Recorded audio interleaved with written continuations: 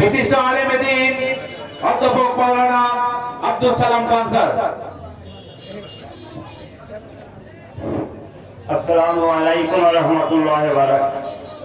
নাহমাদুহু ওয়া নুসাল্লি আলা রাসূলিল কারীম। আম্মা বা'দ, আউযু বিল্লাহি মিনাশ শাইতানির রাজীম। বিসমিল্লাহির রহমানির রহিম।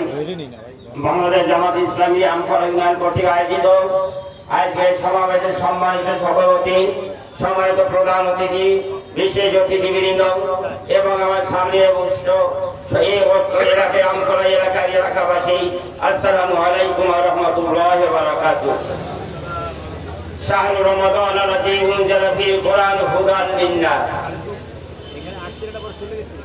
ইন্না আরসালনাকা ওয়া আরসালনাকা ইল্লা রাহমাতাল লিল আলামিন। সম্মানিত এলাকাবাসী, আল্লাহ তাআলা সকল মানুষকে সৃষ্টি করেছে। আল্লাহ তাআলা সকল মানুষের কল্যাণের জন্য তার জীবন চলার জন্য বিধান দিয়েছে। আর সেই একমাত্র বিধান হলো আল কোরআন। এই আল কোরআনের বিধানের মাধ্যমে একমাত্র মানুষের কল্যাণ নিহিত রয়েছে। জাতি ধর্ম সকল মানুষের কল্যাণ রয়েছে ইসলামের দ্বারে বিধান। কিন্তু আজকে দুনিয়া আমরা দেখি ইসলামী বিধান, কোরআনের বিধান কায়েম করার বিপক্ষে মানুষের মন গড়া বিধান দিয়ে এই সমাজকে পরিচালনা করার জন্য জাতি ধর্ম মানুষের ঐক্যবদ্ধ চেষ্টা করছে। যার কারণে আমরা দেখতে পাই বাংলাদেশে 54 বছর পর্যন্ত মানুষের মন গড়া আদর্শ দিয়ে, মানুষের মন গড়া জীবন বিধান দিয়ে যেই শাস্ত্র পরিচালনা করেছে, সেখানে কেউ আমরা শান্তি পাই না, সেখানে আমাদের অধিকার বলতে অধিকার পাই না, সেখানে ঘরে থাকার মতো অধিকার পাই না, সেখানে ঘুমের মাধ্যমে এদেশের মানুষকে একটা বাংলাদেশকে বড় জেলখানায় পরিণত করেছিল। আলহামদুলিল্লাহ, আমাদের তরুণরা কচি সন্তানেরা এই বিরাট পাথরকে সরিয়ে দেওয়ার জন্য বুকের তাজা রক্ত দিয়ে আন্দোলন করেছিল। আন্দোলনের মাধ্যমে গেছে এতদিন পর্যন্ত জানে তারা দেশ থেকে ত্যাগ করে পালন করতে বাধ্য হয়েছে। প্রিয় ভাইয়া, যদি আমরা এই দেশ থেকে আবার যদি কল্যাণ রাষ্ট্র করতে চাই, তার আল্লাহর বিধানের বিকল্প কোন বিধান।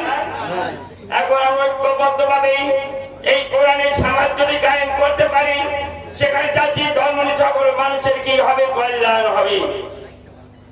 সেই কল্যাণের জন্য আগামী যে নির্বাচন আসতেছে, এই নির্বাচনে জাতি ধর্ম নির্বিশেষে সকল মানুষ ঐক্যবদ্ধ হয়ে যদি আমরা আল্লাহর বিধানের পক্ষে যদি আমরা রায় দিতে পারি, কোরআনের সমাজ যদি কায়েম করতে পারি, সকল মানুষ আমরা সুখে সাথে বসবাস লাভ করবো ইনশাআল্লাহ।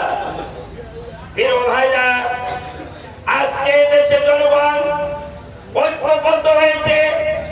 আগে গোলামা পীর মাশায়েখগণ ঐক্যবদ্ধ হয়েছে। যে দেশে নির্যাতন করার মাধ্যমে এই দেশে পলায়ন করার মতো সুযোগ লাভ করেছে। আজকেও একদল লোক বলে আগামী নির্বাচন আগে নির্বাচনের মতন করবে, এভাবে তারা ক্ষমতায় যাবে, মানুষরা আইন দিয়া দেশকে শাসন করবে।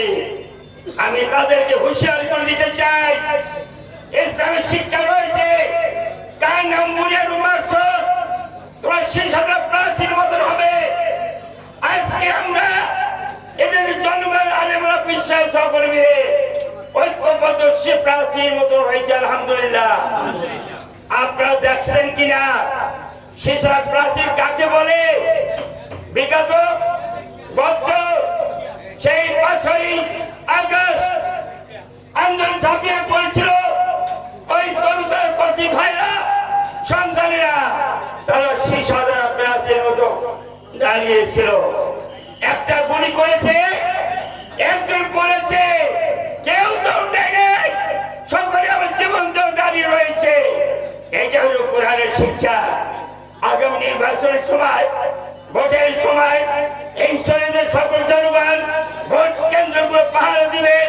কেউ যেন ভোট ছিনতাই করতে না পারে, রাজনীতি না করতে পারে, এই জন্য শিশারা প্রাচীর মতন ঐক্যবদ্ধ হয়ে ওখানকে ঢাকার দিকে তাড়িয়ে দিয়ে সঠিকভাবে আমার ভোট আমার দিয়ে এদেশের কোরআনের রাজ কায়েম করবো, এই আশা রেখে আপনার সকলকে আহ্বান করে আসো, আমরা যেন আগামী সংসদ কোরআনের ইসলামী বিধানের সংসদ হতে পারে, সেই তৌফিক আল্লাহ তাআলা সকলে দান করে এই কথা শেষ করছি। আসসালামু আলাইকুম ওয়া রাহমাতুল্লাহি ওয়া বারাকাতুহু। সম্মানিত উপস্থিতি, সম্মানিত মেহমান।